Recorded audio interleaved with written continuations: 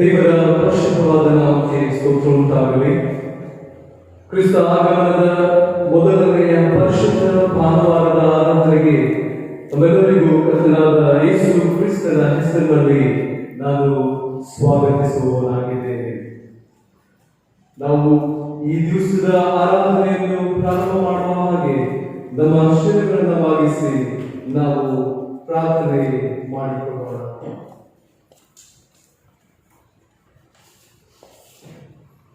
ಬನ್ನಿರಿ, ಯೆಹೋವನಿಗೆ ಉತ್ಸಾಹ ಧ್ವನಿಗೈಯುವ ನಮ್ಮ ರಕ್ಷಕನಾದ ಶರಣನಿಗೆ ಜಯಘೋಷ ಮಾಡೋಣ. ಕೃತಜ್ಞತಾ ಸ್ತುತಿಯೊಡನೆ ಆತನ ಸನ್ನಿಧಿಗೆ ಸೇರೋಣ. ಕೀರ್ತನೆಗಳೊಂದಿಗೆ ಆತನಿಗೆ ಜಯಘೋಷ ಮಾಡೋಣ. ಭೂಮಿ ಆಕಾಶಗಳನ್ನು ಉಂಟು ಮಾಡಿದ ಸರ್ವಶಕ್ತನಾದ ದೇವರೇ, ನಾವು ನಿಮಗೆ ಸ್ತೋತ್ರ ಸಲ್ಲಿಸುತ್ತೇವೆ. ಯಾರಾಧನೆಯ ಪ್ರಾರಂಭದಿಂದ ಅಂತ್ಯದವರೆಗೂ ಎಲ್ಲ ಅಂಶಗಳನ್ನು ನೀನು ಪ್ರತಿಷ್ಠಿಸಿ ನೀನು ಮಹಿಮೆ ಹೊಂದಿಕೊಳ್ಳಬೇಕಾಗಿ ನಾವು ನಿನ್ನಲ್ಲಿ ಬೇಡುತ್ತೇವೆ.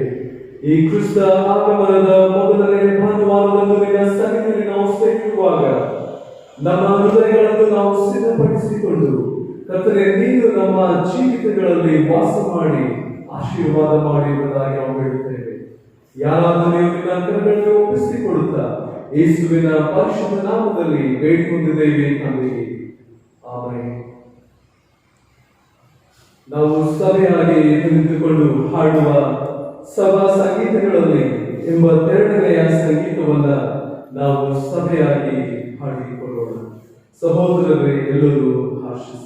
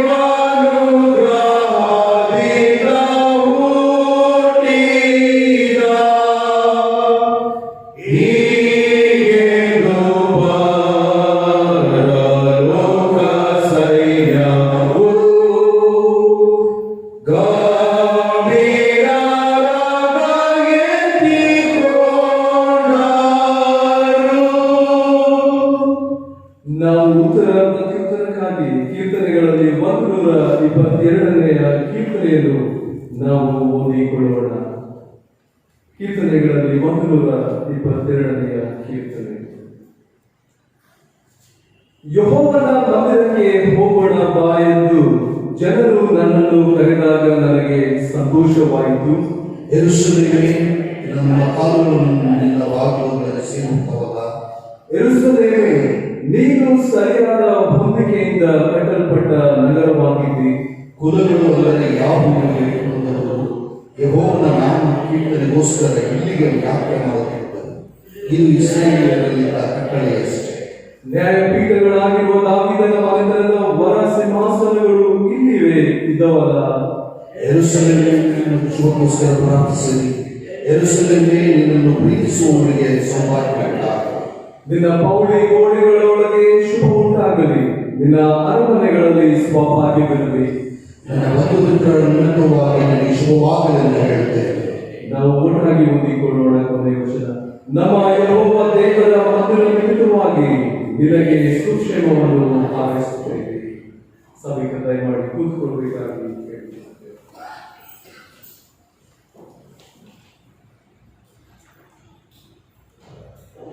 ಕರ್ತನು ನಮಗೆ ಸ್ತೋತ್ರವಾಗಲಿ. ಪರಲೋಕದ ತಂದೆಯಾದ ದೇವರು ನಮ್ಮನ್ನು ಆಶೀರ್ವದಿಸಿ ಈ ಅಡ್ವೆಂಟ್ ಸೀಸನ್ಗೆ ತಂದೆಯಾದ ದೇವರು ನಡೆಸಿದ್ದಾನೆ. ಇದು ಆತನ ಕೃಪೆ, ಆತನ ಆಶೀರ್ವಾದ.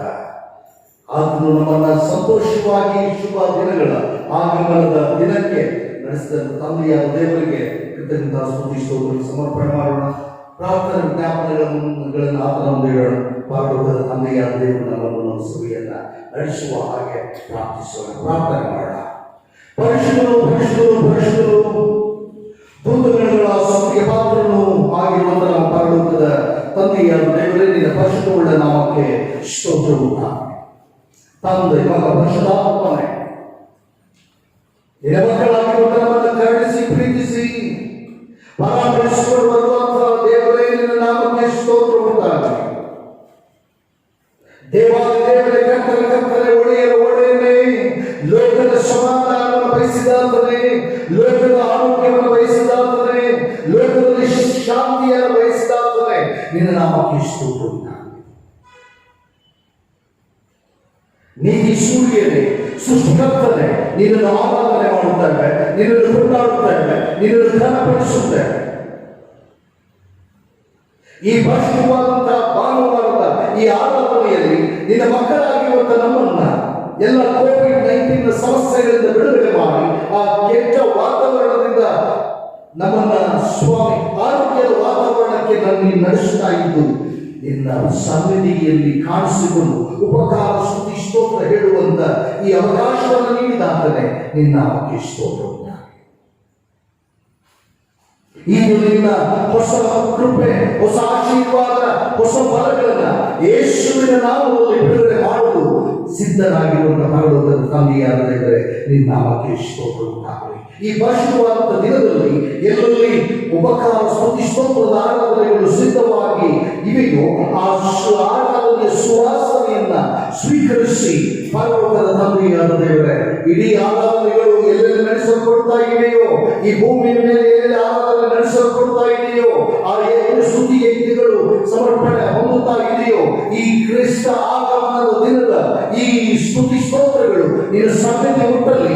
ಮಾತ್ರವಲ್ಲ, ಇಡೀ ನಮ್ಮ ಪ್ರಪಂಚವನ್ನ, ನಮ್ಮ ದೇಶವನ್ನ ಮತ್ತು ರಾಜ್ಯ, ಜಿಲ್ಲೆಗಳು, ತಾಲೂಕುಗಳು, ಗ್ರಾಮ, ಹಳ್ಳಿಪಳ್ಳಿಗಳನ್ನು ಕೂಡ ನೀನು ಆಶೀರ್ವಾದ ಮಾಡಿ ನಿನ್ನ ಸಮಾಧಾನವನ್ನು ನೆಲೆಗೊಳಿಸಲು ಪ್ರಾರ್ಥಿಸುತ್ತೇವೆ.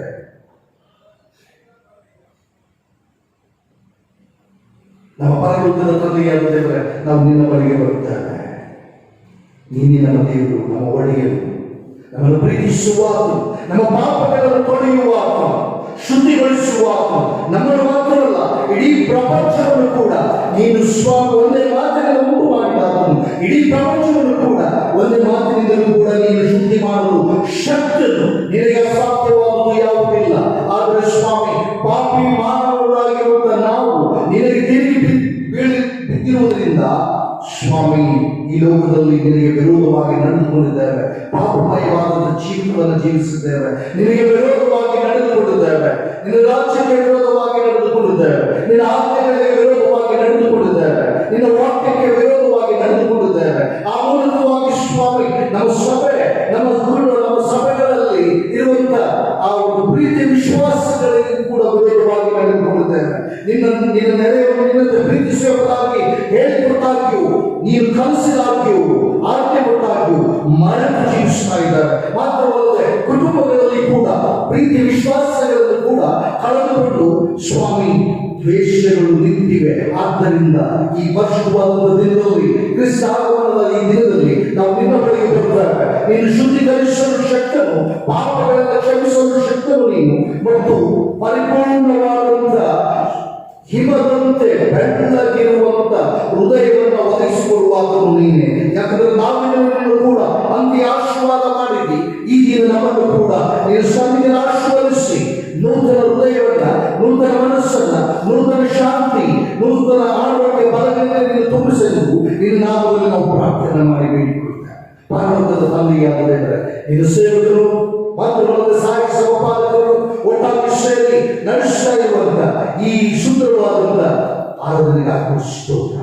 ಅವಳ ಕಮಿಟಿಯನ್ನು ಕೂಡ ಆಶೀರ್ವದಿಸು ಮತ್ತು ಇಡೀ ನಮ್ಮ ಸಭೆಯನ್ನ ನಾವೆಲ್ಲರೂ ನಿನ್ನ ಮುಂದೆ ತರುತ್ತೇವೆ. ತಂದೆ ಮಗ ಪರಿಶುದ್ಧಾತ್ಮನೇ, ನಮ್ಮ ಸಭೆಯ ಪ್ರತಿ ಕುಟುಂಬ ಒಡೆಯರು ರಕ್ಷಕರು ತಂದೆಯಾದ ದೇವರು ಅರಸನು ನೀನಾಗಿರು. ನಿನ್ನ ಶಾಂತಿ ಸಮಾಧಾನಗಳನ್ನು ಪ್ರತಿ ಮನೆಗಳಲ್ಲಿ ಇರಿಸು. ಪ್ರಾರ್ಥನೆಗಳನ್ನು ಕೇಳುವಾಗ ಸಮುದ್ರವನ್ನು ದಯಪಾಲಿಸು. ಅವರ ಕಣ್ಣೀರನ್ನು ಒಳಿಸು. ಅವರ ಬಲಹೀನದ ಪರಿಸ್ಥಿತಿಗಳಲ್ಲಿ ನೀನು ಸಹಾಯಕನಾಗಿರು. ಅನುಕೂಲಗಳನ್ನು ಮಾಡಿಕೊಡು. ನಿನ್ನ ಹಸ್ತವು ಅವರ ಮೇಲೆ ಸದಾಕಾಲಗಳಲ್ಲಿ ಪ್ರಾರ್ಥಿಸುತ್ತೇವೆ.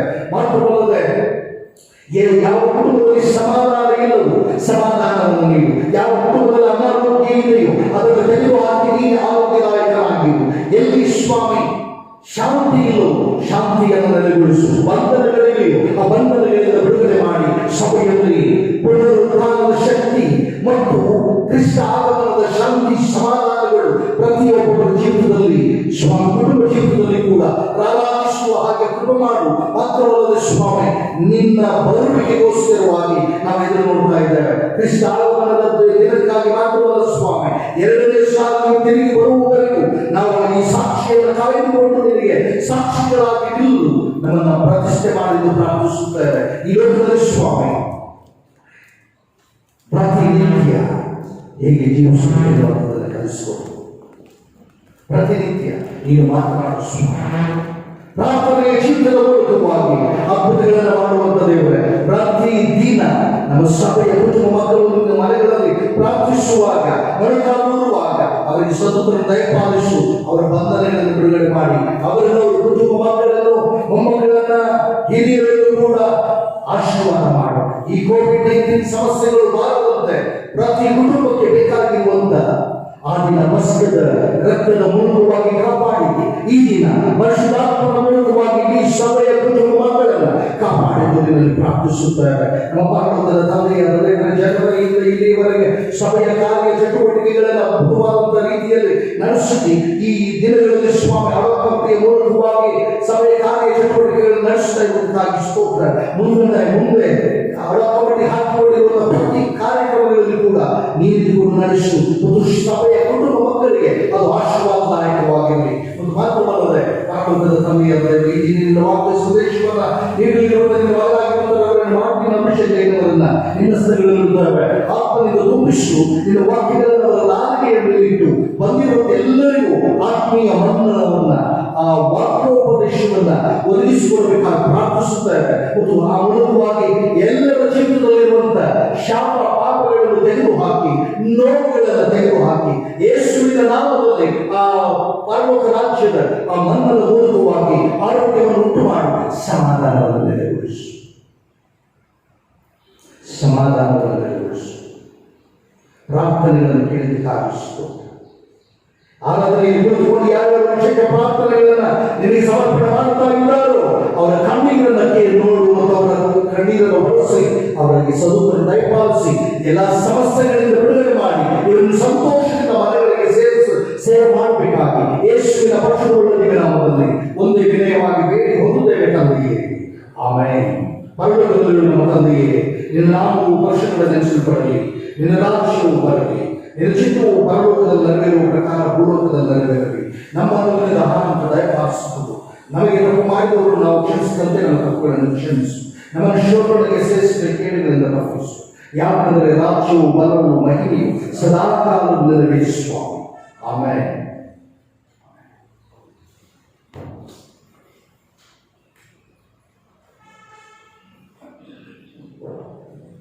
ಈ ಪರಿಶುದ್ಧ ದಿನದ ದೇವರ ವಾಕ್ಯದ ಧ್ಯಾನಕ್ಕಾಗಿ ಆಯಲ್ಪಟ್ಟಂತಹ ಸತ್ಯವೇದದ ಭಾಗವು ಯೋಹಾನನು ಬರೆದ ಸುವಾರ್ತೆ ಅದರ 3ನೇ ಅಧ್ಯಾಯ ವಚನಗಳು 16ರಿಂದ 21ನೇ ವಚನವರೆಗೆ ನಾವು ಓದಿ ಕೇಳೋಣ. The Gospel of St. John chapter 3 verses beginning from 16 to 21. ದೇವರು ಲೋಕದ ಮೇಲೆ ಎಷ್ಟೋ ಪ್ರೀತಿಯನ್ನಿಟ್ಟು ತನ್ನ ಒಬ್ಬನೇ ಮಗನನ್ನು ಕೊಟ್ಟನು. ಆತನನ್ನು ನಂಬುವ ಒಬ್ಬನಾದರೂ ನಾಶವಾಗದೆ ಎಲ್ಲರೂ ನಿತ್ಯ ಜೀವವನ್ನು ಪಡೆಯಬೇಕೆಂದು ಆತನನ್ನು ಕೊಟ್ಟನು. ದೇವರು ತನ್ನ ಮಗನ ಮುಖಾಂತರ ಲೋಕಕ್ಕೆ ರಕ್ಷಣೆಯಾಗಬೇಕೆಂದು ಆತನನ್ನು ಕಳುಹಿಸಿಕೊಟ್ಟನೇ ಹೊರತು ತೀರ್ಪು ಮಾಡುವುದಕ್ಕಾಗಿ ಕಳುಹಿಸಲಿಲ್ಲ. ಆತನನ್ನು ನಂಬುವವನಿಗೆ ತೀರ್ಪು ಆಗುವುದಿಲ್ಲ, ಆದರೆ ನಂಬದವನಿಗೆ ದೇವರ ಒಬ್ಬನೇ ಮಗನ ಹೆಸರನ್ನು ನಮ್ಮದೇ ಆಗಲೇ ತೀರ್ಪು ಆಗಿ ಹೋಯಿತು. ಆ ತೀರ್ಪು ಏನೆಂದರೆ, ಬೆಳಕು ಲೋಕಕ್ಕೆ ಬಂದಿದ್ದರೂ ಮನುಷ್ಯರ ಕೃತ್ಯಗಳು ಕೆಟ್ಟವುಗಳಾಗಿರುವುದರಿಂದ ಅವರು ಬೆಳಕಿಗಿಂತ ಕತ್ತಲೆಯನ್ನೇ ಹೆಚ್ಚಾಗಿ ಪ್ರೀತಿಸಿದರು. ಕೆಟ್ಟದನ್ನು ಮಾಡುವವರು ಬೆಳಕನ್ನು ಸಹಿಸುವುದಿಲ್ಲ, ತಮ್ಮ ಕೃತ್ಯಗಳು ದುಷ್ಕೃತ್ಯಗಳಾಗಿ ತೋರಿ ಬಂದವೆಂದು ಬೆಳಕಿಗೆ ಬರುವುದಿಲ್ಲ. ಆದರೆ ಸತ್ಯವನ್ನು ಅನುಸರಿಸಿ ನಡೆಯುವವನು ತಾನು ದೇವರಿಂದ ನಡೆಸಿಕೊಂಡು ತನ್ನ ಕೃತ್ಯಗಳನ್ನು ಮಾಡಿದ್ದೇನೆಂದು ತೋರಿ ಬರುವಂತೆ ಬೆಳಕಿಗೆ ಬರುತ್ತಾನೆ. ಓದಿ ಕೇಳಿರುವಂತಹ ದೇವರ ವಾಕ್ಯಗಳು ದೇವರು ನಮ್ಮೆಲ್ಲರ ಆತ್ಮೀಯ ಲಾಭಕ್ಕಾಗಿ ಆಶೀರ್ವಾದ ಮಾಡಲಿ. ಆಮೆನ್. ಈ ಪರಿಶುದ್ಧ ದಿನದ ಆರಾಧನೆಗೆ ತಮ್ಮೆಲ್ಲರಿಗೂ ನಾನು ತಂದೆ, ಮಗನ, ಪರಿಶುದ್ಧಾತ್ಮನಾದ ತ್ರಾಯಕ ದೇವರ ಹೆಸರಿನಲ್ಲಿ ನಾನು ಆಹ್ವಾನಿಸುವಂತವನಾಗಿದ್ದೇನೆ. ಈ ದಿವಸ ನಾವು ಕ್ರಿಸ್ತ ಆಗಮನದ ಮೊದಲನೆಯ ಪರಿಶುದ್ಧ ಆರಾಧನೆಯಲ್ಲಿ ನಾವು ಸೇರಿ ಬಂದಿದ್ದೇವೆ. ಈ ದಿವಸವನ್ನು ನಾವು ಕ್ರಿಸ್ತನ ಬರೋಣದ ಮೊದಲನೆಯ ನಮ್ಮ ಹೃದಯಗಳಲ್ಲಿ ನಾವು ಸಿದ್ಧಪಡಿಸಿಕೊಳ್ಳುವ ಹಾಗೆ ದೇವರು ತನ್ನ ವಿಶೇಷವಾದ ಶಾಂತಿ, ಸಮಾಧಾನ, ಬಲವನ್ನು ಅನುಗ್ರಹಿಸಲಿ ಎನ್ನುವಂಥದ್ದು ನಮ್ಮ ಪ್ರಾರ್ಥನೆ ಆಗಿರುತ್ತದೆ. ಈ ಪರಿಶುದ್ಧ ದಿನದ ಕ್ರಿಸ್ತಾಗಮನದ ಮೊದಲನೆಯ ಕ್ಯಾಂಡಲ್ ಅನ್ನ ನಾವು ಹತ್ತಿಸಿ ಬೆಳಗಿಸುವ ಹಾಗೆ ನಮ್ಮ ಜಿಲ್ಲಾ ಮೇಲ್ವಿಚಾರಕರನ್ನ ನಾನು ಕೇಳಿಕೊಳ್ಳುತ್ತೇನೆ. ಈ ಮೊದಲನೆಯ ಪರಿಶುದ್ಧ ಆರಾಧನೆಯ ಕ್ಯಾಂಡಲ್ ಅನ್ನ ಹತ್ತಿಸುವುದರ ಮೂಲಕ ಉದ್ಘಾಟಿಸಬೇಕಾಗಿ ಕರ್ತನ ನಾಮಕ್ಕೆ ಸ್ತೋತ್ರವಾಗಲಿ. ಪರಲೋಕದ ತಂದೆಯಾದ ದೇವರು ಲೋಕಕ್ಕೆ ಸಮಾಧಾನವನ್ನು ಸಾರಲು ಲೋಕಕ್ಕೆ ತನ್ನ ಮಗನ ಮೂಲಕವಾಗಿ ಶಾಂತಿ ಸಮಾಧಾನವನ್ನು ನೀಡಲು ಬಂದಿರತಕ್ಕಂಥ ಆ ಯೇಸುವಿನ ಒಂದು ಶಕ್ತಿಯನ್ನ ಸಾರುವಂತ ಈ ದಿನ ಎಂಬುದಾಗಿ ನಾನು ಹೇಳಲಿಕ್ಕೆ ನಾನು ಬಯಸ್ತೇನೆ. ಮತ್ತು ಪರಲೋಕದ ತಂದೆಯಾದ ದೇವರು ಈ ಕೋವಿಡ್-19 ಸಮಯಗಳಲ್ಲಿ ಎಷ್ಟೋ ಜನರು ನಾವು ಈ ಒಂದು ಕ್ರಿಸ್ತಾಗಮನದ ದಿನಕ್ಕೆ ಪಾದಾರ್ಪಣೆ ಮಾಡ್ತೀವೋ ಇಲ್ಲೋ ಅನ್ನುವಂಥ ಕನಸನ್ನು ಕೂಡ ಕಂಡವರಲ್ಲ, ಅಥವಾ ಭಯ ಭೀತಿಗಳಲ್ಲಿ ಜೀವಿಸಿದಂಥ ನಮ್ಮೆಲ್ಲರಿಗೆ ಪರಲೋಕದ ತಂದೆಯಾದ ದೇವರು ಆರೋಗ್ಯವನ್ನು ನೀಡಿ, ಬಲವನ್ನು ನೀಡಿ, ನಿರೀಕ್ಷೆಯನ್ನ ನೀಡಿ, ಆತನು ತನ್ನ ಶಾಂತಿಯನ್ನ ನೀಡಲು ಸಿದ್ಧನಾಗಿರುವಂಥದ್ದು. ಆತ ನಾಮಕ್ಕೆ ಸ್ತೋತ್ರ ಉಂಟಾಗಲಿ.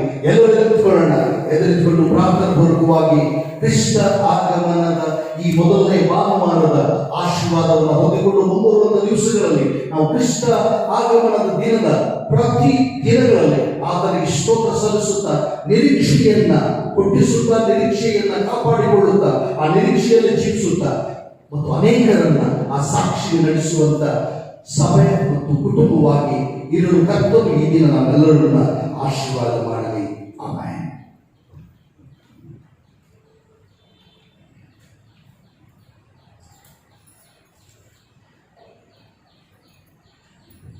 ತಂದೆ, ಮಗ,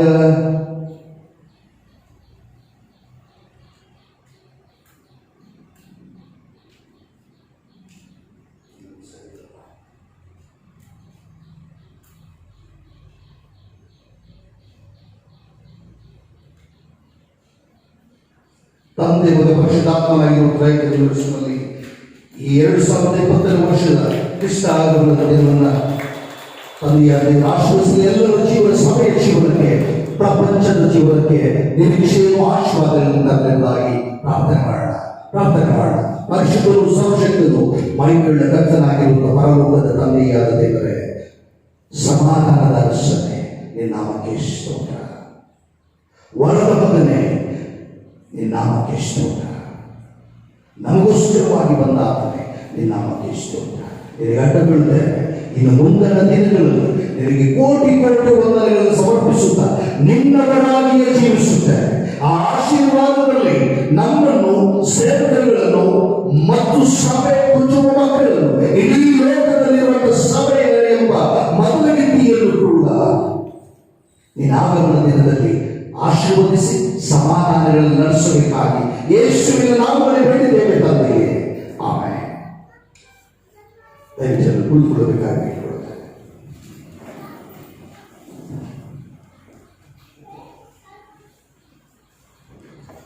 ಸಭೆಗೆ ಸಾರಿ ತಿಳಿಸತಕ್ಕಂಥ ಪ್ರಕಟಣೆಗಳು ಈ ರೀತಿಯಾಗಿರುತ್ತವೆ.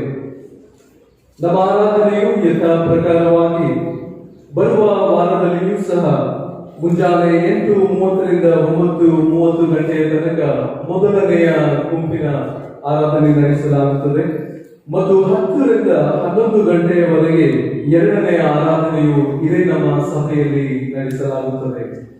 ಮತ್ತು ಕಳೆದ ವಾರದಂದು ಬಂದಂತ ಕಾಣಿಕೆಯು ಒಟ್ಟು 10,454 ರೂಪಾಯಿಗಳು ಆಗಿರುತ್ತವೆ.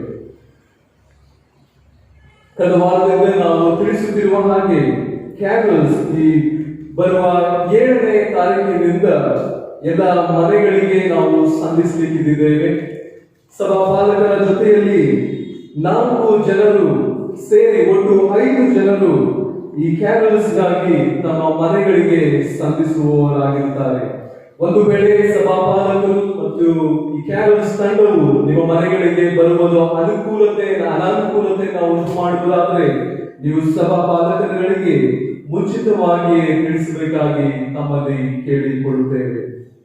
ಮತ್ತು ಹಾಗೆ ಇನ್ನು ಅನೇಕರು ತಮ್ಮ ಟೈಲ್ಸ್ ಗಳನ್ನ ಸಭೆಗೆ ಕೊಡಬೇಕಾಗಿದೆ. ದೇವರು ಮಾಡಿರುವಂತ ಆಶೀರ್ವಾದಗಳನ್ನ ನೆನೆಸಿಕೊಂಡು ನಾವು ಸಲ್ಲಿಸುವಂತ ಟೈಲ್ಸ್ ಗಳನ್ನ ದೇವರಿಗೆ ಸಲ್ಲಿಸುವಂತೆ ದೇವರು ನಮ್ಮೆಲ್ಲರನ್ನ ಬಲಪಡಿಸಿ ಆಶೀರ್ವಾದ ಮಾಡಲಿ.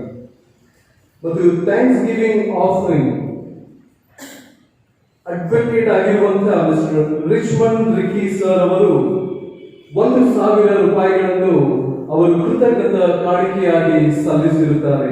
ಅವರು ಅಖಿಲ ಭಾರತ ಕ್ರಿಸ್ತ ಮಹಾಸಭಾ ಬೆಳಗಾವಿ ಡಿಸ್ಟ್ರಿಕ್ಟ್ಗೆ ಪ್ರೆಸಿಡೆಂಟ್ ಆಗಿಯೂ ಸಹ ಆಯ್ಕೆಯಾಗಿರುತ್ತಾರೆ. ಸೊ ದೇವರು ಅವರನ್ನು ನಮ್ಮ ಕ್ರೈಸ್ತರ ಮಧ್ಯದಲ್ಲಿ ಮತ್ತು ಸಭೆಗಳ ಮಧ್ಯದಲ್ಲಿ ಆಶೀರ್ವಾದದ ನಿಧಿಯಾಗಿ ಅವರನ್ನ ಉಪಯೋಗ ಮಾಡಲಿ ಅನ್ನುವಂಥದ್ದೇ ನಮ್ಮ ಪ್ರಾರ್ಥನೆಯಾಗಿರುತ್ತದೆ. ಈ ವಾರದಲ್ಲಿ ತಮ್ಮ ಜನ್ಮ ದಿನವನ್ನು ಮತ್ತು ಮದುವೆಯ ವಾರ್ಷಿಕೋತ್ಸವಗಳನ್ನ ಕಂಡಂತವರ ಹೆಸರುಗಳು ಈ ರೀತಿಯಾಗಿರುತ್ತವೆ. 29ನೆಯ ದಿನಾಂಕದಂದು mister Edwin Sundararaj, miss Veronica S Kushal, mister Robinson B Kudlur, Sangeeta Hegde. ಮತ್ತು ಈ ತಿಂಗಳಿನ 30ನೇ ದಿನಾಂಕದಂದು ಮಿಸ್ ಸೌಮ್ಯ ಬಿ ಖಾನಾಪುರ್ ಮತ್ತು doctor Stephen Samuel Sidram, Ravi J Panhalkar.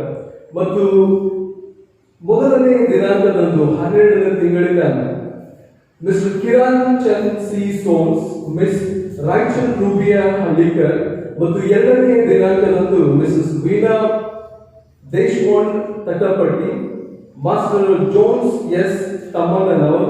ಮತ್ತು 3ನೇ ದಿನಾಂಕದಂದು mister Robert B Bailur, mister Frank D Swami, mister Robert Y Hadimani. ಮತ್ತು 5ನೇ ದಿನಾಂಕದಂದು mister Chandrashekhar B Marihal, mister Bhaskar B Sampgaon, missus Geeta W Hulikavi, missus Mary S Hosmani, miss Esther More, missus Sumitra Y Kundargi, master Alan A Hunshal ಆಗಿರುತ್ತಾರೆ. ಮತ್ತು ಮದುವೆಯ ವಾರ್ಷಿಕೋತ್ಸವಗಳನ್ನ ಆಚರಿಸಿಕೊಳ್ಳುವಂತವರು ಇದೇ ತಿಂಗಳಿನ 29ನೇ ದಿನಾಂಕದಂದು ಮಿಸ್ಟರ್ ಹನೋಕ್ ಎಂ ನಾಗ್ದೂರ್ ಮತ್ತು ಮಿಸಸ್ ಸ್ಟೆಲ್ಲಾ ಹನೋಕ್ ನಾಗ್ದೂರ್ ಆಗಿರುತ್ತಾರೆ. ಮತ್ತು 12ನೇ ತಿಂಗಳಿನ 2ನೇ ದಿನಾಂಕದಂದು ಮಿಸ್ಟರ್ ಅರುಣ್ ಕುಮಾರ್ ಹಾರುಗುಪ್ಪ ಮತ್ತು ಮಿಸಸ್ ಪ್ರಿಯಾಂಕಾ ಎ ಹಾರುಗುಪ್ಪ ಆಗಿರುತ್ತಾರೆ. ಮತ್ತು 5ನೇ ದಿನಾಂಕದಂದು ಮಿಸ್ಟರ್ ರಾಬಿನ್ ಬಂಡಿ ಮತ್ತು ಮಿಸಸ್ ಅನಿತಾ ಬಂಡಿ ಅವರು ತಮ್ಮ ಮದುವೆಯ ವಾರ್ಷಿಕೋತ್ಸವವನ್ನು ಆಚರಿಸಿಕೊಳ್ಳುವವರಾಗಿರುತ್ತಾರೆ. ಮತ್ತು ಇದೇ 5ನೇ ದಿನಾಂಕದಂದು ಮಿಸ್ಟರ್ ಜಾನ್ ಮತ್ತು ಮಿಸಸ್ ಸವಿತಾ ಇವರು ತಮ್ಮ ಮದುವೆಯ ವಾರ್ಷಿಕೋತ್ಸವಗಳನ್ನ ಆಚರಿಸಿಕೊಳ್ಳುವವರಾಗಿರ್ತಾರೆ. ಮತ್ತು ಹಾಗೆ ನಾಳೆ 11 ಗಂಟೆಯಿಂದ 12 ಗಂಟೆಯವರೆಗೆ ಅಂದರೆ ರಾತ್ರಿ ಇದು ಅಡ್ವೆಂಟ್ ಡೇ ಸರ್ವಿಸ್ ಎಂಬುದಾಗಿ ನಡೆಸಲಾಗುತ್ತದೆ. ಇದನ್ನು ಸಹ ಸಭೆಯ ಎಲ್ಲ ವಿಶ್ವಾಸಿಗಳು ತಮ್ಮ ಗಮನದಲ್ಲಿಟ್ಟುಕೊಂಡು ನಾಳೆ 11 ಗಂಟೆಯಿಂದ 12 ಗಂಟೆಯವರೆಗೆ ನಾವು ಈ ಅಡ್ವೆಂಟ್ ಡೇ ಸರ್ವಿಸ್ ಅನ್ನ ನಾವು ಆಚರಣೆ ಮಾಡುವವರಾಗಿರುತ್ತೇವೆ. ಮತ್ತು ಈ ದಿವಸ ತಮ್ಮ ಹುಟ್ಟು ಹಬ್ಬಗಳನ್ನು ಮತ್ತು ಈ ವಾರದಲ್ಲಿ ತಮ್ಮ ಮದುವೆಯ ವಾರ್ಷಿಕೋತ್ಸವಗಳನ್ನು ಕಂಡಂತ ಎಲ್ಲರಿಗಾಗಿ ನಾವು ಪ್ರಾರ್ಥನೆ ಮಾಡಿಕೊಳ್ಳೋಣ. ಜೀವ ಸ್ವರೂಪನಾದ ಪರಲೋಕದ ದೇವರೇ, ಸ್ವಾಮಿ, ನಾವು ನಿನ್ನ ಮಕ್ಕಳಿಗಾಗಿ ನಿನ್ನ ಸನ್ನಿಧಿಯಲ್ಲಿ ಬರುತ್ತೇವೆ. ಅವರು ಕಳೆದ ವರ್ಷವೆಲ್ಲ ನಿನಗಾಗಿ ಜೀವಿಸುವಂತೆ ಅವರ ಎಲ್ಲ ಕಷ್ಟ, ಚಿಂತೆ, ದುಃಖಗಳನ್ನ ದೂರ ಮಾಡಿ ನೀನು ಅವರ ಜೊತೆಗಿದ್ದು ಕರ್ತನೆ ಈ ನೂತನ ವರ್ಷದಲ್ಲಿ ಕಾಲಿಡುವಂತೆ ಕೃಪೆಯನ್ನು ಅನುಗ್ರಹ ಮಾಡಿದ್ದಕ್ಕಾಗಿ ಸ್ತೋತ್ರ ಸಲ್ಲಿಸುತ್ತೇವೆ. ಹೌದು ಸ್ವಾಮಿ, ನೂತನ ವರ್ಷದಲ್ಲಿ ಅವರು ನೂತನ ಬಲವನ್ನು ಹೊಂದಿಕೊಂಡು ಅವರು ನಿನ್ನ ಮಹಿಮೆಗಾಗಿ ಜೀವಿಸುವಂತೆ ಸಹಾಯ ಮಾಡುತ್ತಾರೆ. ಹಾಗೆ ಮದುವೆಯ ವಾರ್ಷಿಕೋತ್ಸವಗಳನ್ನು ಆಚರಿಸಿಕೊಳ್ಳುವಂತ ನಿನ್ನ ಮಕ್ಕಳನ್ನ ವಿಶೇಷವಾದ ಆಶೀರ್ವಾದಗಳಿಂದ ತುಂಬಿಸು. ಅವರ ದಾಂಪತ್ಯ ಜೀವಿತವನ್ನ ಆಶೀರ್ವಾದ ಮಾಡುತ್ತಾರೆ. ಅವರ ದಾಂಪತ್ಯ ಜೀವಿತವು ಪ್ರೀತಿ, ಸಾಧ್ಯತೆ ಮತ್ತು ನಿನ್ನ ವಾಕ್ಯಗಳೆಂಬ ಬಂಡೆಯ ಮೇಲೆ ಕಟ್ಟಲ್ಪಟ್ಟು ನಿನಗಾಗಿ ಜೀವಿಸುವಂತೆ ಕೃಪೆಯನ್ನು ಅನುಗ್ರಹ ಮಾಡಬೇಕಾಗಿ ಮತ್ತು ವಿಶೇಷವಾದ ಕಾಣಿಕೆಯನ್ನು ಸಲ್ಲಿಸಿರುವಂತ ನಿಮ್ಮ ಮಗನಿಗಾಗಿ ಸ್ತೋತ್ರ ಸಲ್ಲಿಸುತ್ತೇವೆ ಕರ್ತನೆ. ಅವರನ್ನು ಅಖಿಲ ಭಾರತ ಕ್ರಿಸ್ತ ಮಹಾಸಭಾ ಬೆಳಗಾವಿ ಡಿಸ್ಟ್ರಿಕ್ಟ್ ಪ್ರೆಸಿಡೆಂಟ್ ಆಗಿ ನೇಮಿಸಿದ್ದಕ್ಕಾಗಿ ಸ್ತೋತ್ರ. ಅವರ ಸೇವೆಯು ನಿನಗೆ ಮಹಿಮೆ ತರುವಂತದಾಗಿರಲಿ. ನಮ್ಮ ಪ್ರಾರ್ಥನೆ ಕೇಳಿದ್ದಕ್ಕಾಗಿ ಸ್ತೋತ್ರ. ಯೇಸುವಿನ ನಾಮದಲ್ಲಿ ಬೇಡಿಕೊಂಡಿದ್ದೇವೆ ತಂದೆ, ಆಮೆನ್. ನಾವು ದೇವರ ಜೀವವುಳ್ಳ ವಾಕ್ಯಗಳನ್ನ ಕೇಳುವುದಕ್ಕಾಗಿ ನಮ್ಮನ್ನು ನಾವು ಸಿದ್ಧ ಮಾಡಿಕೊಳ್ಳುವ ಹಾಗೆ ತಂಡದವರು ಮುಂದೆ ಬಂದು ನಮ್ಮನ್ನು ಸ್ತುತಿ ಆರಾಧನೆಯಲ್ಲಿ ನಡೆಸಬೇಕಾಗಿ ಕೇಳಿಕೊಳ್ಳುತ್ತೇವೆ.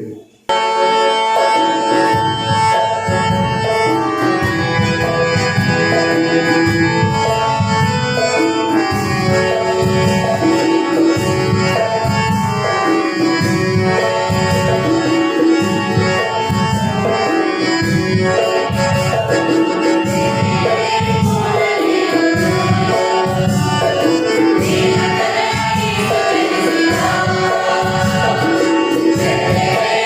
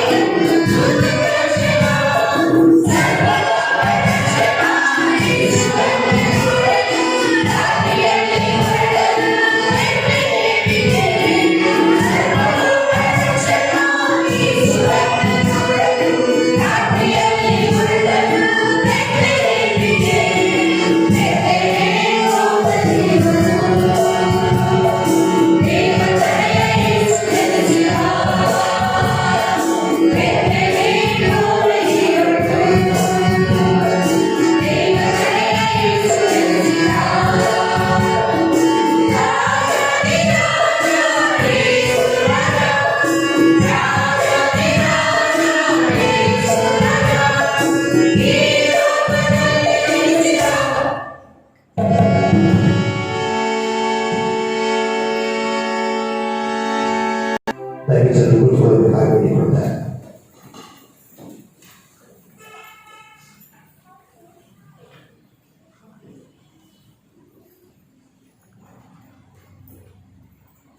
ನಮ್ಮ ತಂದೆಯಾದ ದೇವರಿಂದಲೂ ಕರ್ತನಾದ ಯೇಸು ಕ್ರಿಸ್ತನಿಂದಲೂ ಈ ಪರಿಶುದ್ಧ ಆಲಯದಲ್ಲಿ ಸೇರಿ ಬಂದಂತ ನಿಮ್ಮೆಲ್ಲರಿಗೆ ಕ್ರಿಸ್ತ ಆಗಮನದ ಮೊದಲನೆಯ ಪರಿಶುದ್ಧ ಭಾನುವಾರದ ಆರಾಧನೆಯಲ್ಲಿ ನಿಮ್ಮೆಲ್ಲರನ್ನ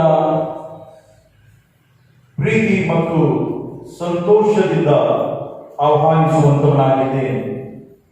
ಈ ಸುಂದರವಾದ ಅವಕಾಶವನ್ನ ತಂದೆಯಾದ ದೇವರು ನಮಗೆ ಅನುಗ್ರಹ ಮಾಡಿ ಆತನ ಸಾನ್ನಿಧ್ಯದಲ್ಲಿ ಬಂದು ಈ ಉದಯ ಕಾಲದಲ್ಲಿ ಆತನನ್ನು ಆರಾಧಿಸುವಂತ ಈ ಸುಂದರವಾದ ಅವಕಾಶವನ್ನ ದೇವರು ನಮಗೆ ಒದಗಿಸಿ ಕೊಟ್ಟಿರುವುದರಿಂದ ತಂದೆಯಾದ ದೇವರನ್ನ ವಿಶ್ವಾಸದಿಂದ ನಂಬಿಕೆಯಿಂದ ನಾವು ಆರಾಧನೆ ಮಾಡುತ್ತಾ ಆತನ ನಿತ್ಯ ಜೀವದ ವಾಕ್ಯದ ಗುಡಾರ್ಥವನ್ನು ನಾವು ತಿಳಿದುಕೊಂಡು ಆತನನ್ನು ನಾವು ಮಹಿಮೆ ಪಡಿಸೋಣ. ಇಂಥ ಒಂದು ಸಮಯಗಳಲ್ಲಿ ತಂದೆಯಾದ ದೇವರು ಮಾನ್ಯ ಜಿಲ್ಲಾ ಮೇಲ್ವಿಚಾರಕರು ಈ ಮೊದಲನೆಯ ಅಡ್ವೆಂಟ್ ಸೀಸನ್ ಕ್ಯಾಂಡಲ್ ಅನ್ನ ಹಚ್ಚುವಾಗ ಒಂದು ಅನ್ಸರ್ಟನ್ ಆದಂತ ಸಮಯದಲ್ಲಿಯೂ ಕೂಡ ದೇವರು ಈ ಒಂದು ಅವಕಾಶವನ್ನ ಅಡ್ವೆಂಟ್ ಸೀಸನ್ ಅಲ್ಲಿ ಪ್ರವೇಶಿಸುವಂತ ಸೌಭಾಗ್ಯವನ್ನ ದೇವರು ನಮಗೆ ಕೊಟ್ಟಿರುವುದರಿಂದ ನಾವು ಆತನನ್ನ ಕೊಂಡಾಡುತ್ತಾ ಆತನು ಮಾಡಿದಂತ ಈ ಆಶೀರ್ವಾದಕ್ಕೆ ನಮ್ಮ ಜೀವಿತವನ್ನ ಒಪ್ಪಿಸಿಕೊಟ್ಟು ಆತನಿಗೆ ಸ್ತುತಿ ಸ್ತೋತ್ರವನ್ನ ಹೇಳುವಂಥದ್ದು ಬಹಳ ಪ್ರಾಮುಖ್ಯವಾದಂಥದ್ದಾಗಿದೆ. ಪ್ರಿಯರೇ, ದೇವರು ನಮ್ಮನ್ನ ಈ ಒಂದು ಪರಿಶುದ್ಧವಾದಂತ ಸೀಸನ್ ಅಲ್ಲಿ ಪ್ರವೇಶ ನೀಡಿದ್ದಾನೆ. ದೇವರಿಗೆ ಮೊಟ್ಟ ಮೊದಲನೇದಾಗಿ ನಾವು ಸ್ತುತಿ ಸ್ತೋತ್ರಗಳನ್ನ ಸಲ್ಲಿಸುವುದು ಬಹಳ ಅಗತ್ಯವಾದಂಥದ್ದು. ದೇವರ ಪರಿಶುದ್ಧ ವಾಕ್ಯದಲ್ಲಿ ನಾವು ನಮ್ಮ ಗಮನವನ್ನ ಹಾಕುವುದಾದರೆ 19ನೇ ವಚನ ಬಹಳಷ್ಟು ಸ್ಪಷ್ಟವಾಗಿ ಈ ಸಮಯದಲ್ಲಿ ನಮಗೆ ಮಾತನಾಡುತ್ತಾ ಇದೆ. ಆ ತೀರ್ಪು ಏನೆಂದರೆ, ಬೆಳಕು ಲೋಕಕ್ಕೆ ಬಂದಿರಲು ಮನುಷ್ಯರ ಕೃತ್ಯಗಳು ಕೆಟ್ಟವುಗಳಾಗಿರುವುದರಿಂದ ಅವರು ಬೆಳಕಿಗಿಂತ ಕತ್ತಲೆಯಲ್ಲಿ ಹೆಚ್ಚಾಗಿ ಪ್ರೀತಿಸಿದರು ಎನ್ನುವಂಥದ್ದನ್ನು ನಾವು ನೋಡ್ತೇವೆ.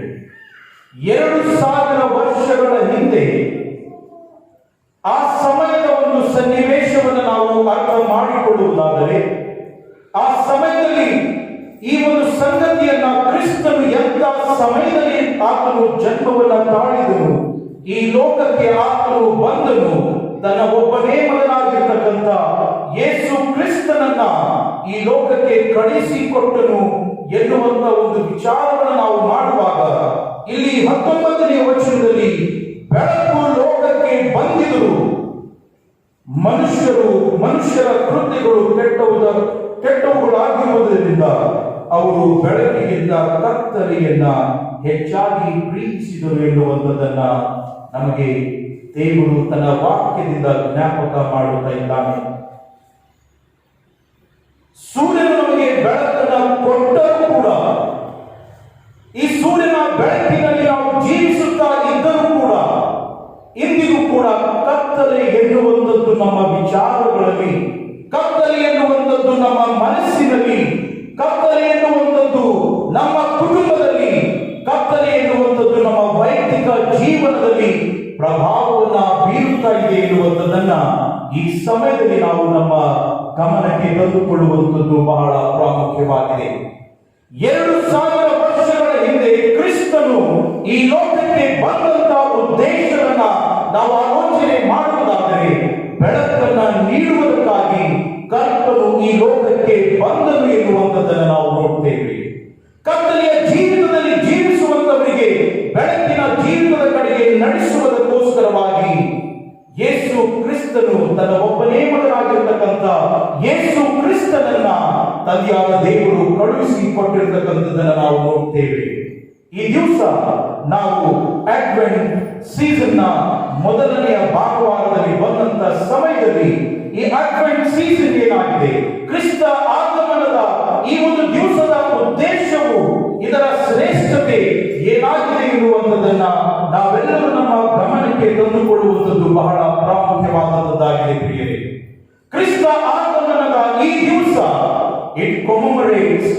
divine birth of Christ. It commemorates the divine event of Christ.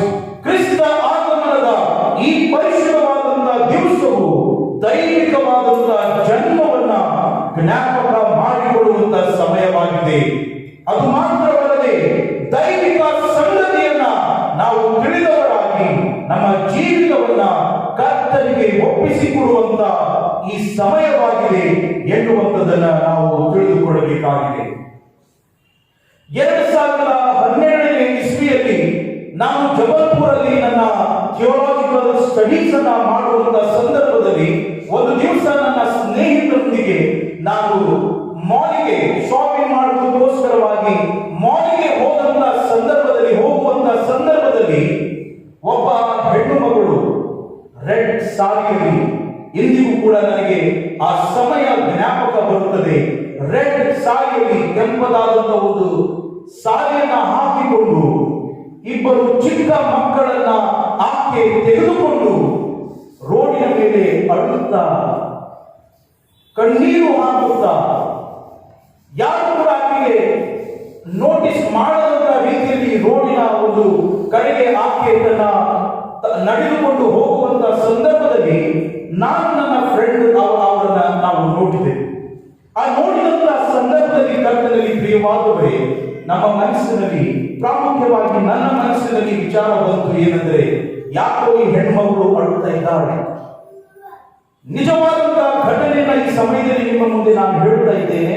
I was inspired to talk to her, but I was forced not to talk.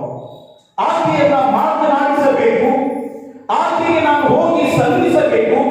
ಯಾಕಂದ್ರೆ ನೀನು ಅಳುತ್ತಾ ಇದ್ದೀ ಎನ್ನುವಂಥದ್ದನ್ನ ಹೋಗಿ ಕೇಳಬೇಕು, ಆಕೆಗೆ ಒಂದು ನಿರೀಕ್ಷೆಯನ್ನ ಕೊಡಬೇಕು ಎನ್ನುವಂತ ಆಲೋಚನೆ ಬಂದರೂ ಕೂಡ ಬೇರೆ ಸ್ಟೇಟಿನವರು ನಾನು ಆಗಿರುವುದರಿಂದ, ನಾನು ಕರ್ನಾಟಕದವರು, ಮಧ್ಯಪ್ರದೇಶ ಜಬಲ್ಪುರಲ್ಲಿ ಆದಂತಹ ಘಟನೆಗೆ ಯಾವ ರೀತಿಯಲ್ಲಿ ಹೋಗಿ ಆ ಹೆಣ್ಣು ಮಗಳನ್ನ ಸಂಧಿಸಬೇಕು ಎನ್ನುವಂತ ಆಲೋಚನೆ ಇಟ್ಟುಕೊಂಡು ನಾನು ಆ ಒಂದು ದಿವಸ ಭಯದಿಂದ ಆ ಹೆಣ್ಣು ಮಗಳ ಹತ್ತಿರಕ್ಕೆ ನಾನು ಹೋಗಲಿಲ್ಲ ಪ್ರಿಯರೇ. ಯಾಕೆ? ನೀನು ಅಳುತ್ತಾ ಇದ್ದೆ ಎನ್ನುವಂಥದ್ದನ್ನ ಕೇಳಲಿಕ್ಕೆ ನನಗೆ ಆಗಲಿಲ್ಲ. ಆದರೆ 2 ದಿವಸಗಳಾದ ನಂತರ ಅದೇ ಹೆಣ್ಣು ಮಗಳು, ನ್ಯೂಸ್ ಪೇಪರ್ ಅಲ್ಲಿ ಬಂದಿದೆ, ರೆಡ್ ಸಾರಿಯನ್ನ ಹಾಕಿಕೊಂಡಿರ್ತಕ್ಕಂಥ ಒಬ್ಬ ಹೆಣ್ಣು ಮಗಳು ತನ್ನ 2 ಚಿಕ್ಕ ಮಕ್ಕಳನ್ನು ತೆಗೆದುಕೊಂಡು ನರ್ಮದಾ ನದಿಯಲ್ಲಿ ಬಿದ್ದು ಆಕೆ ಸಾವಿಗೆ ಈಡಾದಳು ಎನ್ನುವಂತ ಒಂದು ಭಯಂಕರವಾದಂತಹ ಸಂಗತಿ ಪ್ರಿಯರೇ.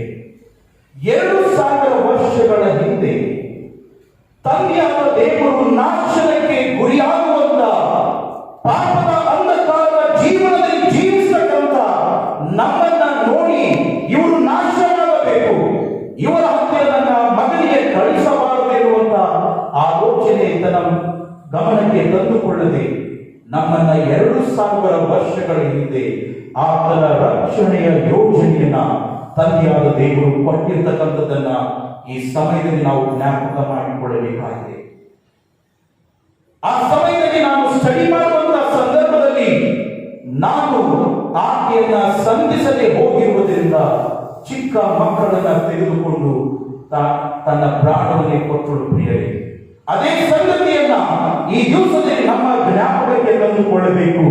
ಏನೆಂದರೆ, ನಾವಾದರೂ ಕ್ರಿಸ್ತನ ಪ್ರೀತಿಯಲ್ಲಿ, ನಾವಾದರೂ ಕ್ರಿಸ್ತನ ಆಶೀರ್ವಾದದಲ್ಲಿ, ನಾವಾದರೂ ಕ್ರಿಸ್ತನ ಮಹಿಮೆಯಲ್ಲಿ ಆರಿಸಲ್ಪಟ್ಟು ನಾಶನಕ್ಕೆ ಗುರಿಯಾಗುವಂತಹ ನಾವುಗಳು ಬಿಡುಗಡೆಯನ್ನ ಹೊಂದಿ ಈ ದಿವಸದಲ್ಲಿ ಕ್ರಿಸ್ತನು ಕೊಟ್ಟಂತ ಶ್ವಾಸವನ್ನ ತೆಗೆದುಕೊಳ್ಳುತ್ತಾ ಜೀವಿತರ ಸಂಖ್ಯೆಯಲ್ಲಿ ಎಣಿಸಲ್ಪಡುತ್ತಾ ಇದ್ದೇವೆ. 2000 ವರ್ಷಗಳ ಹಿಂದೆ ಯೇಸು ಕ್ರಿಸ್ತನ ವಾಕ್ಯದ ಕಡೆಗೆ ನಾವು ಗಮನವನ್ನು ಕೊಡುವುದಾದರೆ, 2000 ವರ್ಷಗಳ ಹಿಂದೆ ಯೋಹಾನನು ಬರೆದಂತ ಶ್ರೇಷ್ಠವಾದಂತಹ ಸಂದೇಶವು, ಬೆಳಕಿನ ಸಂದೇಶವು, ರಕ್ಷಣೆಯ ಸಂದೇಶವನ್ನ ತಿಳಿದುಕೊಳ್ಳುವಂತ ಒಂದು ಸಂಗತಿಯನ್ನ ಈ ಸಮಯದಲ್ಲಿ ನಾವು ಜ್ಞಾಪಕ ಮಾಡಿಕೊಳ್ಳುವುದು. ಅದೇನೆಂದರೆ, ದೇವರು ಲೋಕದ ಮೇಲೆ ಎಷ್ಟೋ ಪ್ರೀತಿಯನ್ನಿಟ್ಟು ತನ್ನ ಒಬ್ಬನೇ ಮಗನನ್ನು ಕೊಟ್ಟನು, ಆತನನ್ನು ನಂಬುವ ಒಬ್ಬನಾದರೂ ನಾಶವಾಗದೆ ಎಲ್ಲರೂ ನಿತ್ಯ ಜೀವವನ್ನು ಪಡೆಯಬೇಕೆಂದು ಕೊಟ್ಟನು ಎನ್ನುವಂಥದ್ದನ್ನು ನಾವು ನೋಡ್ತೇವೆ.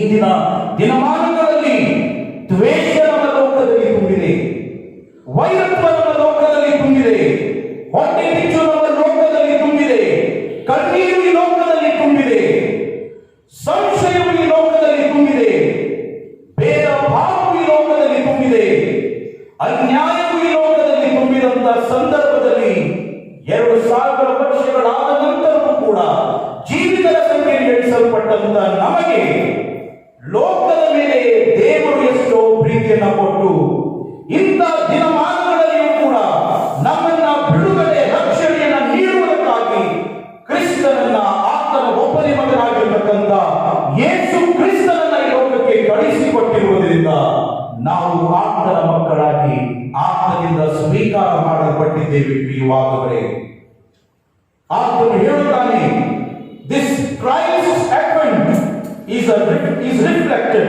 from the Nazareth manifesto. Nazareth manifesto ಎನ್ನುವಾಗ ಲೂಕನು ಬರೆದ ಸುವಾರ್ತೆ 4ನೇ ಅಧ್ಯಾಯ 18ನೇ ವಚನದ ಕ್ರಿಸ್ತನ ಬರುವಿಕೆಯ ಒಂದು ಉದ್ದೇಶದ ಕುರಿತಾಗಿ ಮಾತನಾಡುತ್ತದೆ.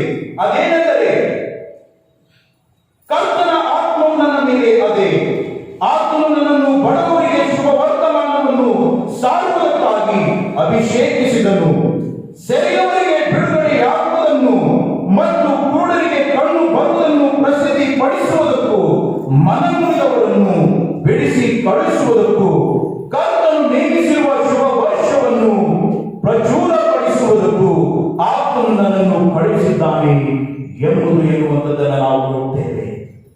ಒಂದು ವೇಳೆ ಈ ದಿವಸ ಆತನ ಆರಾಧನೆಯಲ್ಲಿ ಬಂದಂತಹ ನೀವುಗಳು ಒಂದು ವೇಳೆ ಕಷ್ಟದಿಂದ ನಿಮ್ಮ ಜೀವಿತವು ಸಿಲುಕಿಕೊಂಡಿರುವುದಾದರೆ ಶುಭ ವರ್ತಮಾನ ನಿಮ್ಮ ಹೃದಯಕ್ಕೆ ಸ್ಪರ್ಶ ಮಾಡಲಿಕ್ಕಿದೆ. ದೇವರ ನಿತ್ಯ ಜೀವದ ವಾಕ್ಯವು ನಿಮ್ಮ ಹೃದಯಕ್ಕೆ ಮಾತನಾಡಲಿಕ್ಕಿದೆ. ನೀವು ಒಂದು ವೇಳೆ ಬಂಧನದಲ್ಲಿ ಜೀವಿಸುತ್ತಾ ಇರುವುದಾದರೆ ಕ್ರಿಸ್ತ ಆಗಮನದ ಈ ಮೊದಲನೆಯ ಭಾನುವಾರದಲ್ಲಿ ಬಿಡುಗಡೆಯ ಆಶೀರ್ವಾದ ನಿಮ್ಮದಾಗುವುದಾಗಿದೆ. ನಿಮ್ಮ ಕಣ್ಣೀರುಗಳು ಅಳಿಸಲ್ಪಟ್ಟು ನೀವು ಆತನ ಆಶೀರ್ವಾದ, ಸಂತೋಷ, ಸಮಾಧಾನಕ್ಕೆ ನಿಮ್ಮನ್ನ ಕರ್ತನು ಕರೆಯುವಂತವನಾಗಿದ್ದಾನೆ ಎನ್ನುವಂಥದ್ದನ್ನ ಶುಭ ವರ್ತಮಾನದ ಸಂದೇಶವು ಈ ದಿವಸ ನಿಮ್ಮದಾಗುತ್ತಾ ಇದೆ. ಕರ್ತನಲ್ಲಿ ಪ್ರಿಯವಾದವರೇ, ಓದಲ್ಪಟ್ಟಿರತಕ್ಕಂಥ ಪರಿಶುದ್ಧ ವಾಕ್ಯದ ಭಾಗವನ್ನು ಕ್ಲುಪ್ತವಾಗಿ 3 ಅಂಶಗಳಲ್ಲಿ ನಾನು ನಿಮಗೆ ತಿಳಿಸಲಿಕ್ಕಿದ್ದೇನೆ. ದೇವರು ಲೋಕದ ಮೇಲೆ ಎಷ್ಟೋ ಪ್ರೀತಿಯಿಟ್ಟು ತನ್ನ ಒಬ್ಬನೇ ಮಗನನ್ನು ಕೊಟ್ಟನು. ಆತನು ನಮ್ಮ ಒಬ್ಬನಾದರೂ ನಾಶವಾಗದೆ ಎಲ್ಲರೂ ನಿತ್ಯ ಜೀವವನ್ನು ಪಡೆಯಬೇಕೆಂದು ಆತನನ್ನ ಕೊಟ್ಟನು ಎನ್ನುವಂತ ಈ ಒಂದು ವಚನದ ಮೇಲೆ ನಾವು 3 ಅಂಶಗಳನ್ನ ತಿಳಿದುಕೊಂಡವರಾಗಿರೋಣ. ಮೊದಲನೆಯ ಅಂಶ ಏನೆಂದರೆ, ಕ್ರಿಸ್ತನ ಆಗಮನ ದೇವರ ಪ್ರೀತಿಯ ಸಂಕೇತವಾಗಿದೆ. ನಾವು ಎಂಥವರಾಗಿದ್ದೇವೆ ವಿಚಾರ ನಾವು ಮಾಡುವುದು ಬೇಕಾಗಿಲ್ಲ. ನಾವು ಎಷ್ಟು ಪಾಪದ ಜೀವನದಲ್ಲಿ ಜೀವಿಸುತ್ತಾ ಇದ್ದೇವೆ ನಮಗೆ ವಿಚಾರ ಮಾಡುವುದು ಬೇಕಾಗಿಲ್ಲ. Christ love has reached you. ದೇವರ ಪ್ರೀತಿ ನಿಮ್ಮನ್ನ ಸ್ಪರ್ಶಿಸಿದೆ. ಕ್ರಿಸ್ತ ಆಗಮನ ದೇವರ ಪ್ರೀತಿಯ ಸಂಕೇತ ಎನ್ನುವಂಥದ್ದನ್ನು ನಾವು ನೋಡ್ತೇವೆ. God so loved the world. ಇಲ್ಲಿ ಕ್ರೈಸ್ತರನ್ನ ಮಾತ್ರ ಯೇಸು ಕ್ರಿಸ್ತನು ಅಥವಾ ದೇವರು ಇಲ್ಲಿ ಪಾಯಿಂಟ್ ಮಾಡುತ್ತಾ ಇಲ್ಲ. ಇಡೀ ವಿಶ್ವವು ಯಾವುದೇ ಜಾತಿ ಧರ್ಮದವರಾಗಿರಲಿ ಎಲ್ಲರಿಗೆ ದೇವರ ಪ್ರೀತಿ ಸಮಾನವಾದಂಥದ್ದು. ಸಮಾನವಾದಂತಹ ಪ್ರೀತಿಯನ್ನ ತಂದೆಯಾದ ದೇವರು ತೋರಿಸಿರ್ತಕ್ಕಂಥದ್ದನ್ನು ನಾವು ನೋಡ್ತೇವೆ. The word itself clears that God gave His Son to all humanity. ಇಡೀ ಲೋಕದ ಮಾನವ ಜಾತಿಗೋಸ್ಕರವಾಗಿ ದೇವರು ತನ್ನ ಒಬ್ಬನೇ ಮಗನಾಗಿರ್ತಕ್ಕಂಥ ಯೇಸು ಕ್ರಿಸ್ತನನ್ನ ಕೊಟ್ಟನು ಎನ್ನುವಂಥದ್ದನ್ನು ನಾವು ನೋಡ್ತೇವೆ. ಕ್ರಿಸ್ತ ಆಗಮನದ ಈ ಪರಿಶುದ್ಧವಾದಂತಹ ಮೊದಲನೆಯ ಭಾನುವಾರದ ದಿವಸದ ಸಂಕೇತವೇ ಕರ್ತನ ಪ್ರೀತಿ ನಮ್ಮ ಮಧ್ಯದಲ್ಲಿ ಪ್ರವೇಶವಾಗಿದೆ ಎನ್ನುವಂತ ನಿರೀಕ್ಷೆ ಕರ್ತನಲ್ಲಿ ಪ್ರಿಯವಾದವರೇ.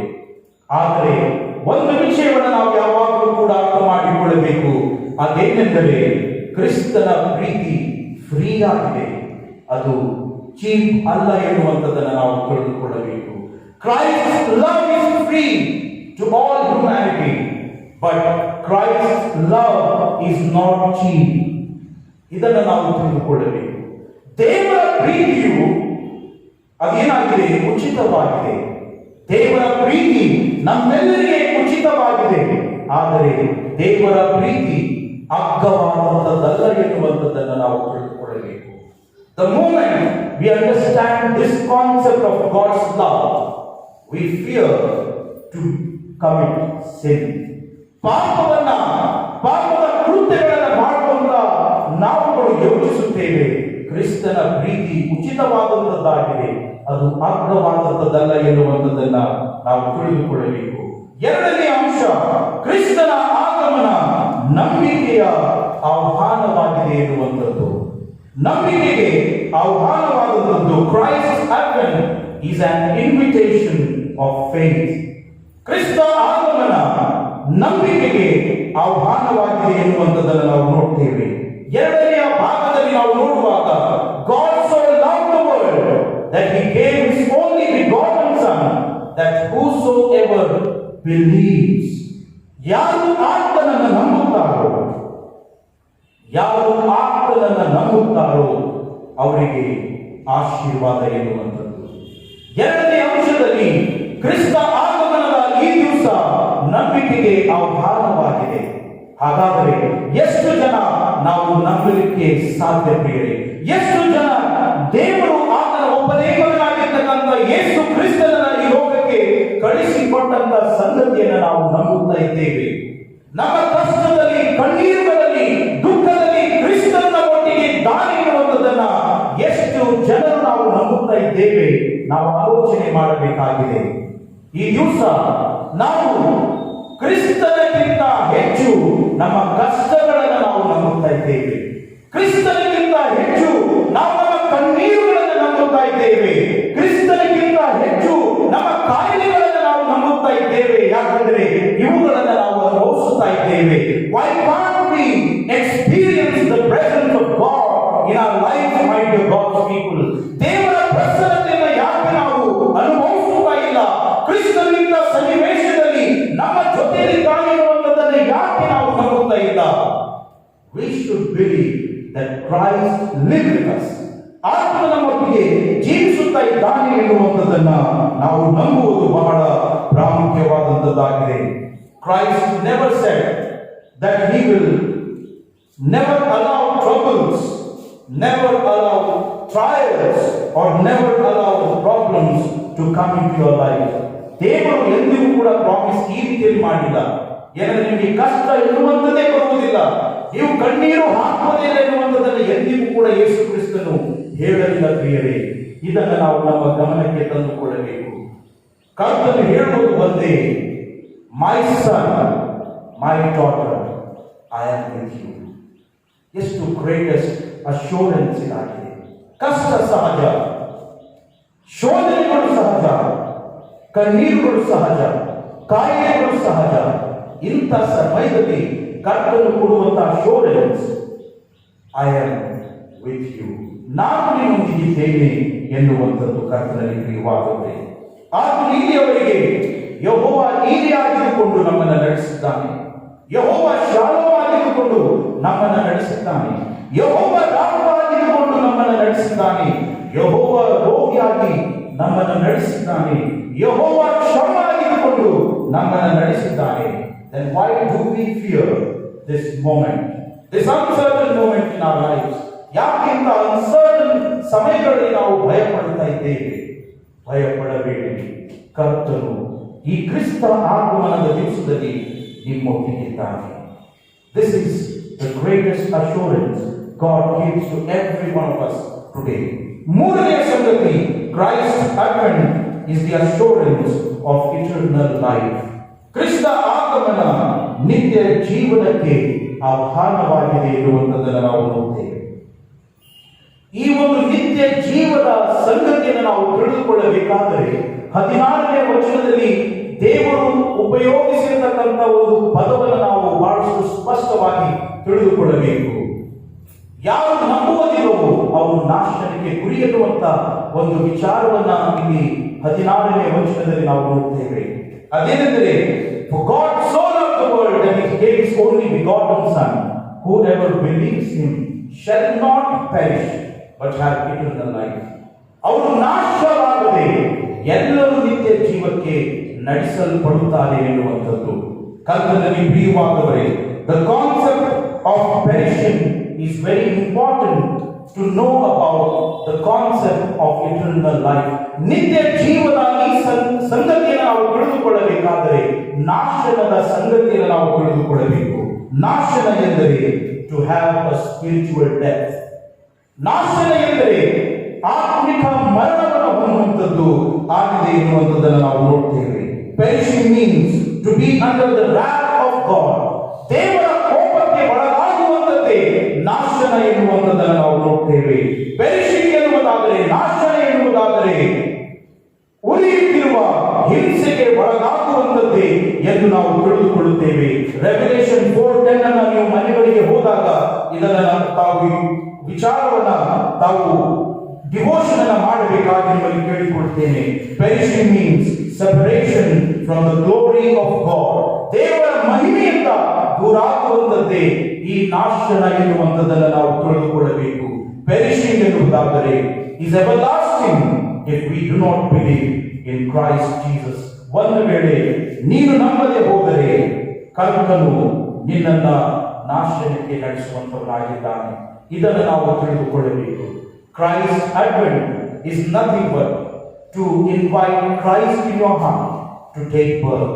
ಕರ್ತನು ನಿಮ್ಮ ಹೃದಯದಲ್ಲಿ ಆಹ್ವಾನ ಮಾಡಿ ಆತನ ಹೃದಯದಲ್ಲಿ ನೀನು ಜನ್ಮವನ್ನು ತಾಳುವ ಕರ್ತನೆ ಎಂದು ಆಹ್ವಾನಿಸುವಂತದ್ದಾಗಿದೆ. ಕರ್ತನನ್ನು ನಿನ್ನ ಕುಟುಂಬದಲ್ಲಿ ಜನ್ಮವನ್ನು ತಾಳುವುದಕ್ಕಾಗಿ ಬಿಡುವಂಥದ್ದೇ ಈ ಕ್ರಿಸ್ತ ಆಗಮನದ ಒಂದು ಮೊದಲನೆಯ ಭಾನುವಾರದ ಸಂದೇಶವಾಗಿದೆ.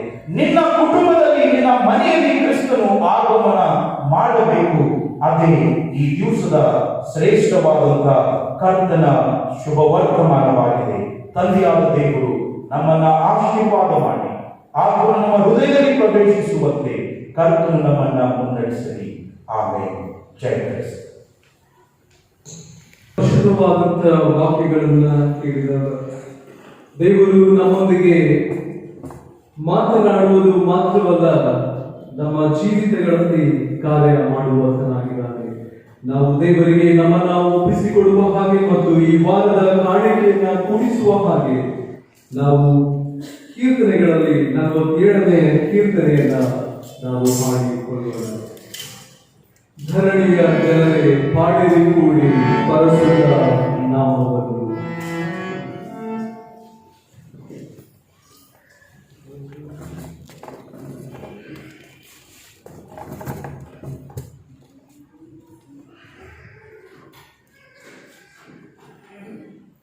ಧರಣಿಯ ಜನರೇ ಪಾಡಿರಿ ಕೂಡಿ ಪರಸುತ್ತ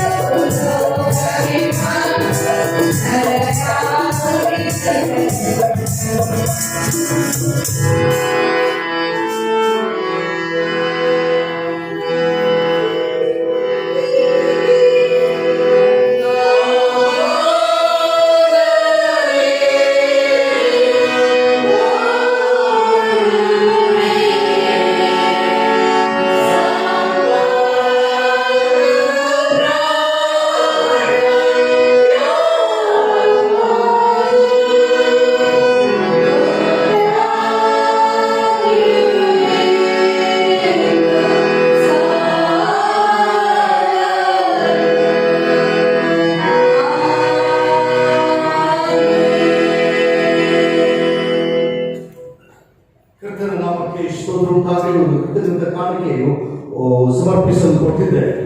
ಅಡ್ವೊಕೇಟ್ ರಿಚ್ಮಂಡ್ ರಿಕ್ಕಿ ವೈ ನವಗ್ರಹ ಇವರು ದೇವರ ಆಶೀರ್ವಾದದಿಂದ ಅಖಿಲ ಭಾರತ ಕ್ರೈಸ್ತ ಮಹೋತ್ಸವ ಬೆಳಗಾವಿ ಡಿಸ್ಟ್ರಿಕ್ಟ್ನ ಪ್ರೆಸಿಡೆಂಟರ್ ಆಗಿ ಆಯ್ಕೆಯಾಗಿರುವುದರಿಂದ ಕರ್ತನ ಉಪಕಾರವನ್ನು ನೆನಪು ಮಾಡಿಕೊಂಡು 1,000 ರೂಪಾಯಿಗಳನ್ನು ಕಾಣಿಕೆಯಾಗಿ ತಂದು ಸಮರ್ಪಣೆ ಮಾಡಿದ್ದಾರೆ. ತಂದೆಯಾದ ದೇವರು ಅವರನ್ನು ಅವರ ಒಂದು ಸೇವೆಯನ್ನು ಕೂಡ ಆಶೀರ್ವಾದ ಮಾಡಲಿ. ನಾವೆಲ್ಲರೂ ಕರ್ತನ ಸನ್ನಿಧಿಯಲ್ಲಿ ತಂದು ಸಮರ್ಪಣೆ ಮಾಡಿರತಕ್ಕಂಥ ಕಾಣಿಕೆಗಳನ್ನು ಕರ್ತನು ಪ್ರತಿಷ್ಠಿಸಿ ನಮ್ಮೆಲ್ಲರ ಜೀವಿತವನ್ನು ಈ ಅಡ್ವೆಂಟ್ ಸೀಸನ್ನಲ್ಲಿ ಮುಂದೆ ಸಾಗಿಸುವ ಹಾಗೆ, ಆತ್ಮನ ನಮ್ಮೊಂದಿಗಿರುವ ಹಾಗೆ ತಲೆಬಾಗಿಸಿ ಆತನ ಬೇಡಿಕೊಂಡು ಆತನ ಹಸ್ತಕ್ಕೆ ಕಾಣಿಕೆಗಳನ್ನು ಸಮರ್ಪಣೆ ಮಾಡೋಣ. ಪ್ರಾರ್ಥನೆ ಮಾಡೋಣ.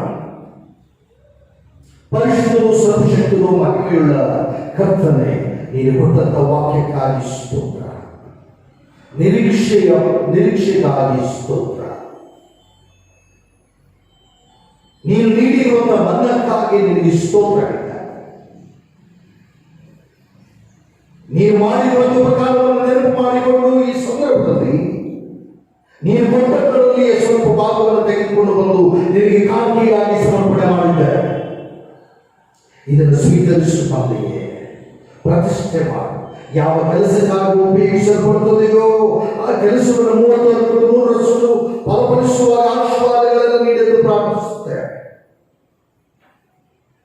ಮಾತ್ರವಲ್ಲದೆ ಸ್ವಾಮಿ, ಈ ಒಂದು ಕಾಣಿಕೆಗಳನ್ನು ಸಮರ್ಪಣೆ ಮಾಡಿರುವಂತ ನಮ್ಮ ಸಭೆಯ ಪ್ರತಿ ಕುಟುಂಬ ಮಕ್ಕಳನ್ನು ಕೂಡ ಆಶೀರ್ವಾದ ಮಾಡು. ಅವರ ಜೀವಿತದಲ್ಲಿ ಶಾಪ ಪಾಪಗಳನ್ನು ಕೂಡ ತೆಗೆದುಹಾಕು. ಮಾತ್ರವಲ್ಲದೆ ನಮ್ಮ ನಜರೇತಿನ ತಂದೆಯಾದ ದೇವರೇ, ಅನಾರೋಗ್ಯಗಳನ್ನು ತೆಗೆದುಹಾಕು. ವಿಶೇಷವಾಗಿ ದೇವರನ್ನು ಕೂಡ ನೀನು ಮುಟ್ಟಿ ಗುಣಪಡಿಸಲು ಪ್ರಾರ್ಥಿಸುತ್ತಾರೆ. ಇನ್ನು ಯಾರ್ಯಾರಿಗೆ ಕಾಯಿಲೆಗಳು, ಸಮಸ್ಯೆಗಳು, ತೊಂದರೆಗಳಿವೆ ಅವುಗಳಿಂದ ಬಿಡುಗಡೆ ಮಾಡಿ ಯೇಸುವಿನ ನಾಮದಲ್ಲಿ ಸಮಾಧಾನ, ಯೇಸುವಿನ ನಾಮದಲ್ಲಿ ಸಂತೃಪ್ತಿಕರವಾದಂತಹ ಜೀವನ, ಯೇಸುವಿನ ನಾಮದಲ್ಲಿ ಕ್ರಿಸ್ತ ಆಗಮನದ ಕೃಪೆಯ ಆಶೀರ್ವಾದಗಳನ್ನ ಅನುಭವಿಸುವಂತ ಭಾಗ್ಯವನ್ನ ಇಡೀ ಸಭೆಗೆ ನಿನ್ನ ವಾಕ್ಯವನ್ನು ಕೇಳಿದಂತೆ ನಿನ್ನ ಮಕ್ಕಳಿಗೆ ಅನುಗ್ರಹಿಸ ಬರಬೇಕಾಗಿ ಯೇಸುವಿನ ದೇವರ ನಾಮದಲ್ಲಿ ಒಂದೇ ವಿನಯವಾಗಿ ಬೇಡಿ ಹೊಂದುತ್ತೇವೆ ತಂದೆಯೇ, ಆಮೆನ್. ದೇವರ ಆಶೀರ್ವಾದವನ್ನು ಹೊಂದಿಕೊಳ್ಳೋಣ. ನಮ್ಮ ಕರ್ತನಾಗಿ ಯೇಸು ಕ್ರಿಸ್ತನ ಕೃಪೆಯು, ನಮ್ಮ ತಂದೆಯಾದ ದೇವರ ಪ್ರೀತಿಯು, ಪರಿಶುದ್ಧಾತ್ಮನ ಅನುಗ್ರಹದ ನಡೆಸುವಿಕೆ, ಶಾಂತಿ, ಸಮಾಧಾನ ನಿಮ್ಮೆಲ್ಲರ ಸಂಗಡದಲ್ಲಿ ಆಗಿರಲಿ ಕರ್ತನೆ. ಆಮೆನ್.